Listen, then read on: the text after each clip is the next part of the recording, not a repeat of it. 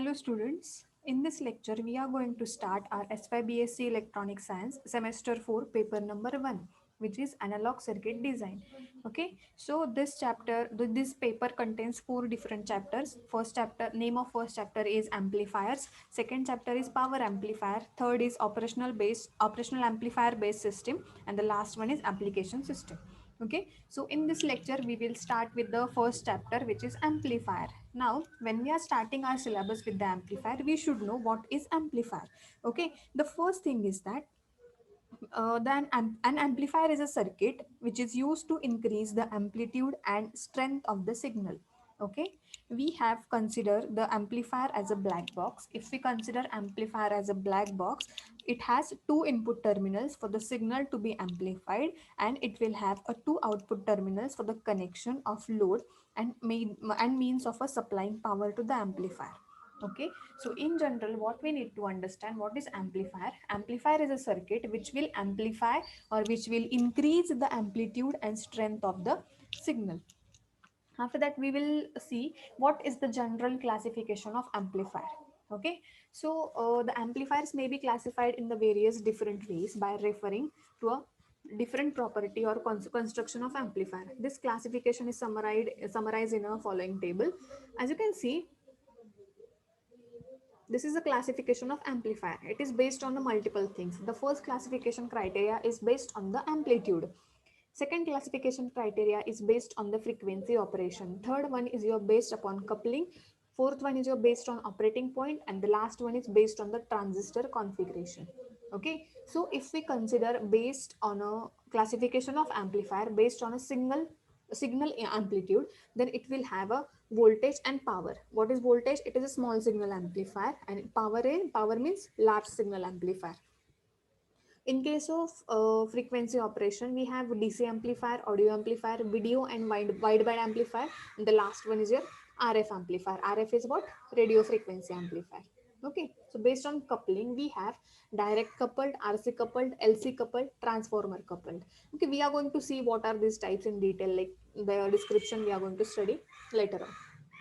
On the based upon operating point, now there is a question, what is operating point? That also we are going to study in the chapter, what is operating point and how transistor or how amplifiers are classified on the basis of operating point. So according to that, the amplifiers are classified as class A, class B, class AB, class C, class D and class E amplifier.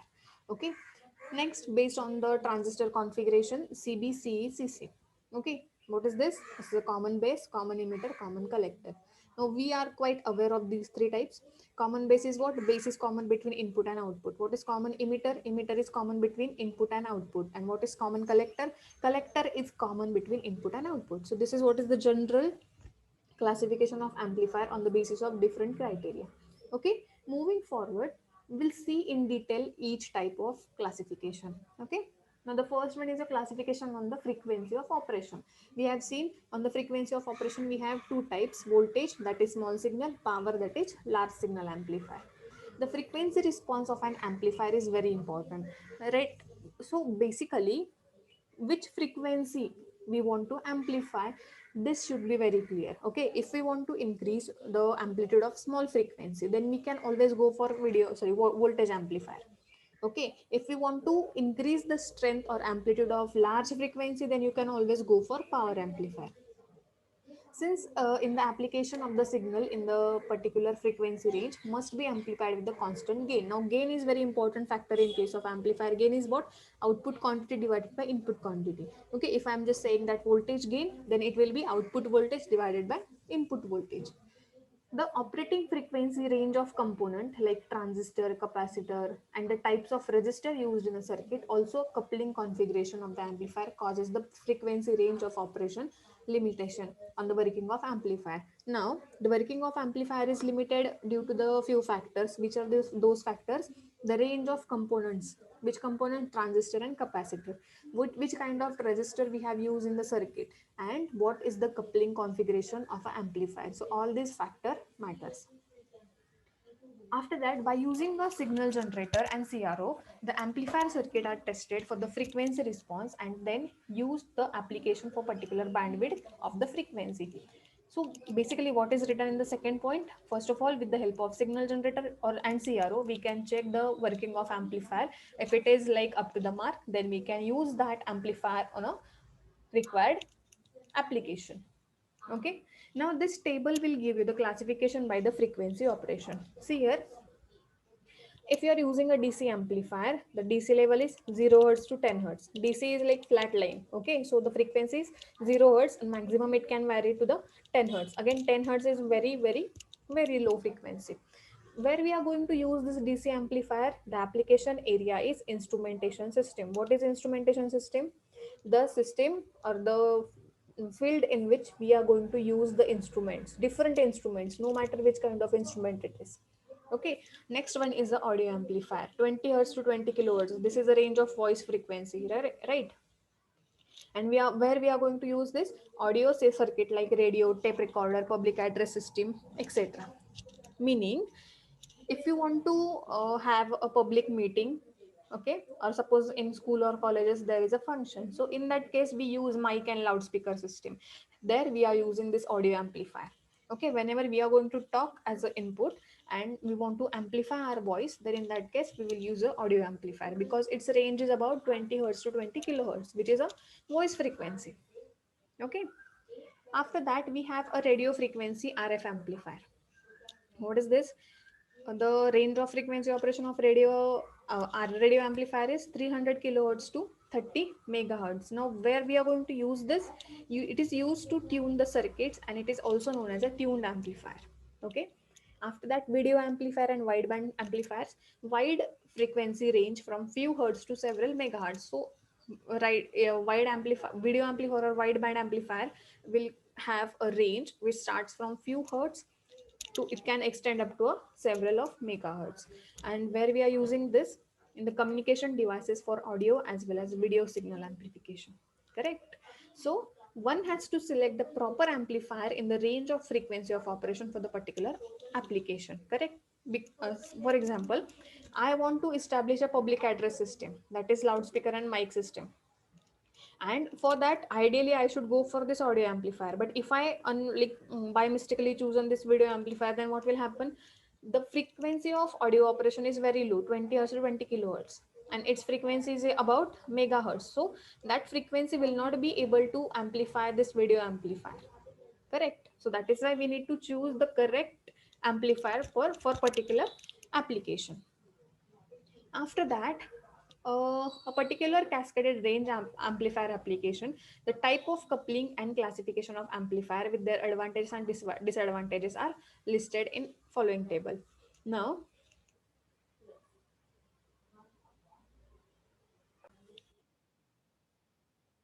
so the next classification is classification based on the coupling. When a single stage amplifier is not sufficient to provide a large gain, then cascaded stage of amplifiers are used. For example, if I having a single amplifier and I want amplification about the gain 20, okay, but my single amplifier is not able to produce the gain of 20, or it is not able to amplify the signal with the gain 20. In that case, what I'm going to do, I will use two or more amplifiers in a series. Okay, cascading meaning what? Output of first amplifier is given to the input of second amplifier, output of second amplifier is given to the input as a third amplifier. Okay, so this is cascaded format. These cascaded stage multiply the gain at individual levels and provides the high gain. Suppose if I have a gain of my amplifier as 10, and if I am using two such amplifiers in cascaded format, then the overall gain of my system will be 20. Okay, to cascade the amplifier in order to get the high gain, the coupling from one stage to other is necessary, where the output of first stage drives the input of next stage, which I already told you. This coupling can be done directly or by using capacitor or by using inductor and capacitor combination or transformer. Now see here, we have seen the base classification of amplifier on the basis of frequency operation. No, not frequency, like coupling. In case of coupling, direct couple, you can just couple your, what is coupling? Connecting two amplifiers back to back. In that connection, you can just use a direct couple without any device. You can directly couple two amplifiers. Correct, you can directly join them. Or the second option is available that you can connect resistor and capacitor in between two. Okay, what is LC? In between first amplifier and second amplifier you can have a LC combination, and the last one is your transformer coupled amplifier. But there are some advantages and disadvantages of doing this thing. Now we will see what are the advantages and disadvantages of each and every type of coupling. The first thing is that classification based on the coupling, the direct coupled amplifier. Now which are the components we are going to use? As there is direct connection from one stage to another stage, we are not required any kind of components. Now what are the advantages? Efficiency at low frequency up to 10 hertz. So even if your frequency is 10 hertz, you will get a required or desired output. Second, where the capacitor coupling is not useful since it blocks DC, that is signals at lower frequency. So if you go for capacitor coupling, then in that case it will block DC because frequency of DC is 0 and capacitive reactance is 1 upon 2 pi xc. So that is why capacitor is going to block the DC signal, correct? And in that case, direct couple amplifier will play an important role. After that, what are the disadvantages of this type of coupling? The first thing is that overall gain of amplifier system may be decreased than expected. Suppose I am expecting gain of my amplifier should be 20, and probably it will give me 12 or 30 or 40 as the overall gain, which is not sufficient. I need total gain is equal to 20, but it is giving me only 12 or 13, right? So overall gain of system may be decreased. Drift in the output is more, so changes in the output should be more in this type of coupling. The second type is the RC coupled amplifier. What is RC? Resistor and capacitor. Now which are the components? See here, resistor and capacitor combination. Now what is its advantage? Again, the efficiency at above frequency 10 hertz. Okay, so if your signal is of 9 hertz, 8 hertz, 5 hertz, in that case this type of amplifier is not going to work. Okay, because its efficiency is about above the frequency 10 hertz. What is its second advantage? Stabilizes the operating point. Now what is operating point? We are going to see the stability or the constantness of operating point should be very important, and this type of coupling will give you a stabilized operating point. Now what are the disadvantages of the RC coupled amplifier? Bandwidth of amplifier changes due to the RC filter action. Now as we are using RC filter, what will happen? The bandwidth will change according to the values of resistor and capacitor. The entire bandwidth of circuit is going to change. Okay, and this type of RC coupled amplifier is not useful at the low frequency operations. Okay, we have seen that here only frequencies above 10 hertz are only useful for this type of coupling, right? Next, LC coupled. Instead of resistance, we are going to use inductor. L stands for inductor. Okay, inductor and capacitor combination. What are the advantages? The first advantage is it is useful in RF amplifier. If you want to amplify radio frequencies, then you can go for LC coupled amplifier. The second advantage is impedance matching between two stages can be done. Now remember one thing, or try to understand one thing. If you want to connect two systems, for example, say this is my first system, this is my second system. If I want to connect these two systems, there should be a matching between the two devices. For example, suppose here we are applying V in input, okay, and the output of this system is V out, correct? So that voltage is applied to the input of second stage. Okay, but requirement of this stage is that it accepts only a current. Voltage it is not going to accept, suppose power or some any other quantity. Okay, whatever we have voltage at the as a input available here, but the requirement of this second amplifier is other than voltage. In that case, matching should be there. Okay, impedance matching should be there. Then and then only you can just connect two systems, that is cascade two system. Okay, so impedance matching is very important thing, and that should be done correctly or accurately with the help of LC coupled amplifier. The next thing is that small power dissipation at output delivery. So power dissipation, that is wastage of power, is very less in case of LC coupled amplifier. Now, what is the disadvantage of this? The proper inductor is to be designed with LC resonance frequency. Again, now we know the inductor have its inductive frequency or inductive reactance. That is why we need to design it very carefully, the resonance frequency. And the last thing is that transformer coupling. Now, what is transformer coupling? We will need a small transformer which is used as a couple bit, which is used to couple the two devices. What are the advantages of using transformer? It is useful in audio frequency range. And the second advantage is impedance matching between two stage can be easily done. So for impedance matching, we have two circuits. Either you can go for LC coupled amplifier or you can go for transformer coupling. Correct. Now, what is the disadvantage of transformer coupling? A bulky and expensive method. Obviously, whenever you are using a transformer, your circuit is going to be very bulky because the weight of transistor is very high. Along with that, the price of the transistor is also very high. So that is why bulky and expensive method. And the second disadvantage is that it introduces frequency distortion at output. So you will, whatever output you will get, in that output there will be a frequency distortion. What is distortion? The output is not pure, there is some mixture of noise. Correct. So this is what is the classification based on the coupling. Now next thing is that we need to see the classification based on the operating point. So first of all, see what is operating point. Amplifiers are also classified according to the quiescent points, and it is also called as a Q point or operating point position for its operation. The input and the output magnitude with the fixed position of quiescent point classifies the amplifier in four classes as class A, B, AB and C. Okay, D and E type are also there, but it is not included in your syllabus. That is why we will see only four types of classification based on the operating point. Okay, after that, to understand this type of classification, we have to refer output characteristics IV curve of common emitter amplifier. So we know common emitter, that is it is just a transistor in which the emitter is common between input and output. So in that type of in that type of amplifier, the output IV characteristics current voltage graph will be like this. Okay, so in that case we have a collector to emitter voltage axis, there is a collector current IC axis, and over that we have different conditions of base current IB.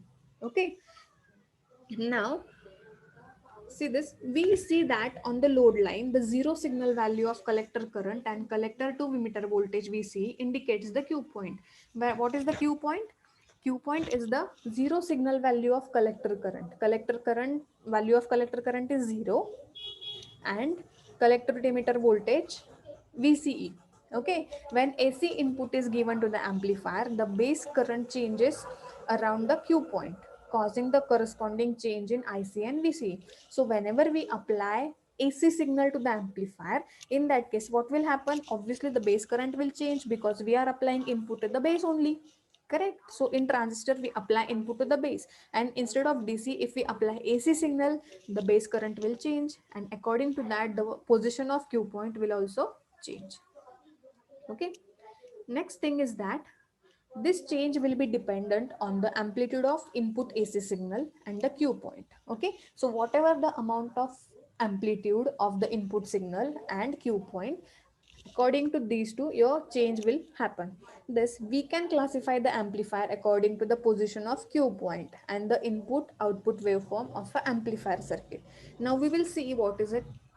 The first thing is that class A amplifier. In case of class A amplifier, current flows through the active device for the whole of the input signal. Now what is going to happen? This is what is the input, sorry, so here this is what is your input signal. Okay, whenever we apply input signal for the entire input signal, your device is going to remain on. Okay, therefore in class A amplifier we have to choose the position of operating point Q at the center of the load line. Okay, in case of class A amplifier, the position of Q point is at the center. After that, where the magnitude of the input signal and output current flows for all the time. This is shown in the following figure. As we can see, this is my input that is amplified at the output, and at the center of the load line, we have our position of Q point. Here we say that the class A amplifier must operate over a linear region of IV characteristics. Next one is your class B amplifier. In case of class B amplifier, current flows through the device for nearly one half cycle of the input signal.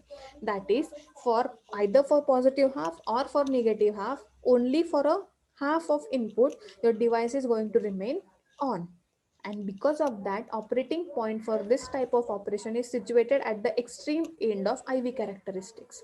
As you can see, this operating point is situated initially in the previous type of class A amplifier. Operating point was at the middle of the load line. In the second class B amplifier, operating point is shifted to the extreme end of your load line, right? When the input signal is absent, there is no current to the device. It is correct. If input is zero, you will not have any kind of output, or you will not have any kind of current flowing through your device. When AC input signal is applied, current flows during the positive half cycle of the signal only, as shown in the figure. So whenever we apply AC input, the current will flow for positive half cycle only. For negative half cycle, device will remain off. Now, after that, we see that the collector current can vary from its minimum value to the maximum value on IV characteristics. The collector current is going to increase from minimum to maximum, causing more output power than class A amplifier. So efficiency, not efficiency, power of class B amplifier is more than your class A amplifier. Okay, the next one is your class AB amplifier. In case of class AB amplifier, the it operates between the two extreme conditions laid down by the class A and class B. The simply you what you have to understand here, in case of class A amplifier, the operating point at this position. In case of class B, it was here. And in case of class AB, it will in between these 2 points. So here it will be your operating point. This is your class A operation, this is class B, and in case of AB, it is in between. Okay, so all you need to understand is this is what is your input that is amplified at output, sufficient. All right, and the in case of class C, the operating point is not on the load line, it is like somewhere on the other position other than load line. See here, operating point is situated beyond the extreme end of IV characteristics curve. So as you can see the location, it is not on the load line, it is far away from the load line, right? After that, classification based on the transistor configuration. Now we know the transistor configuration: common base, common emitter, common collector. What is the word common indicate?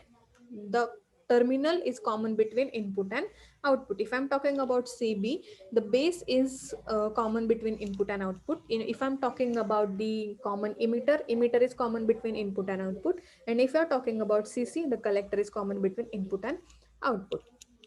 Now, the importance of this classification of amplifier is for different specific characteristics of each configuration with respect to input resistance, output resistance, and voltage gain. The various characteristics are listed in the table. We'll see those characteristics. For CB configuration, the input resistance is about up to 100 ohm. Output resistance is about 450 kilo ohm. Okay, 450 kilo ohm is very high. Voltage gain is nearly about 150, that is V out upon V in ratio is about 150. Application: high frequency operation amplifier. Common emitter, the input resistance is about 750 ohm. Ohm is like a small. After that, the output resistance is about 45 kilo ohm, and the voltage gain is about 500. Correct. Input to output ratio is about 500. About it is used in a audio range frequency amplifier. And common collector, the input resistance is very high, 750 kilo ohm. Output resistance is very low, 50 ohm. Its voltage gain is less than 1, and it is used for impedance matching purpose.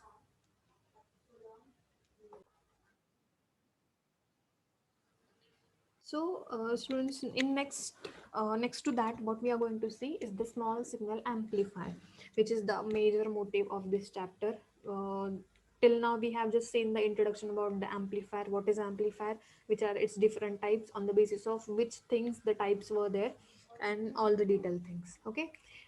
From here onwards, we are going to start with the small signal amplifier, and we are going to learn about them.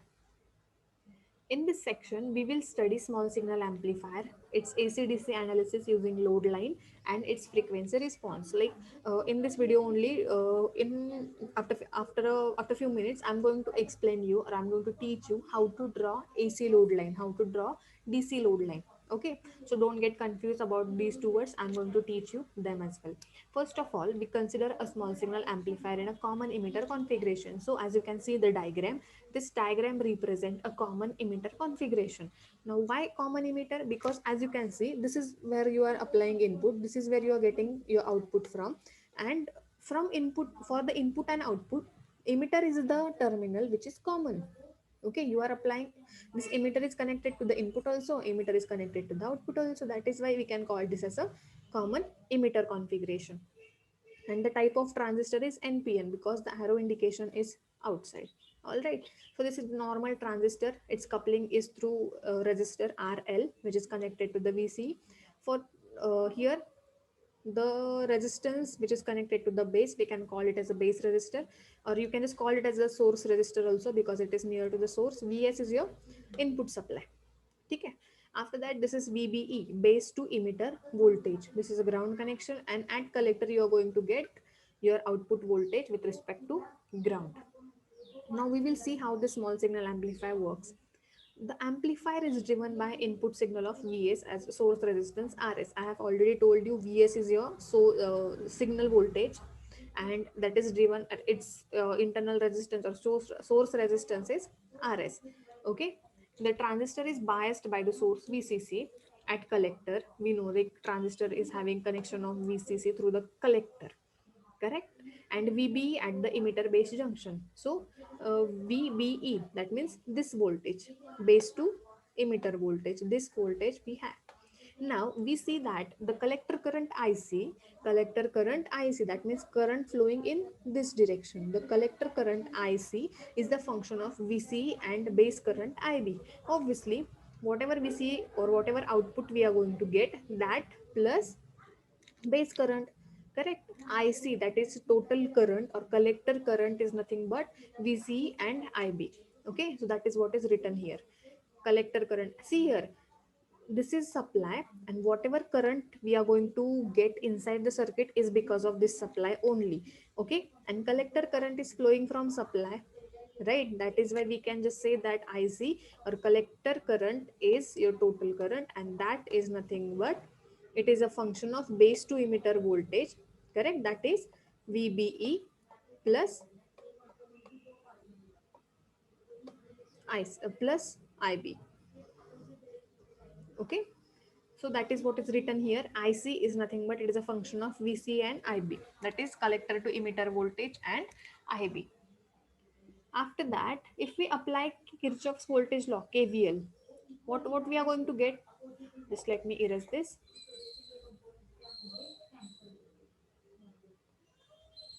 If we apply a KVL to this supply voltage or VCC, what we are going to get? See here, the current flowing through this is IC. Okay, so this current is IC, and you can write that current as ICRL. Okay, what we have to write? We have to give entire VCC voltage. Okay, collector voltage can be written as collector current IC and collector resistance RL, because I into R is V. Collector current and collector resistance is nothing but collector voltage. Okay, and this VCC is nothing but this voltage plus this voltage. We are getting some output because of this VCC only, correct?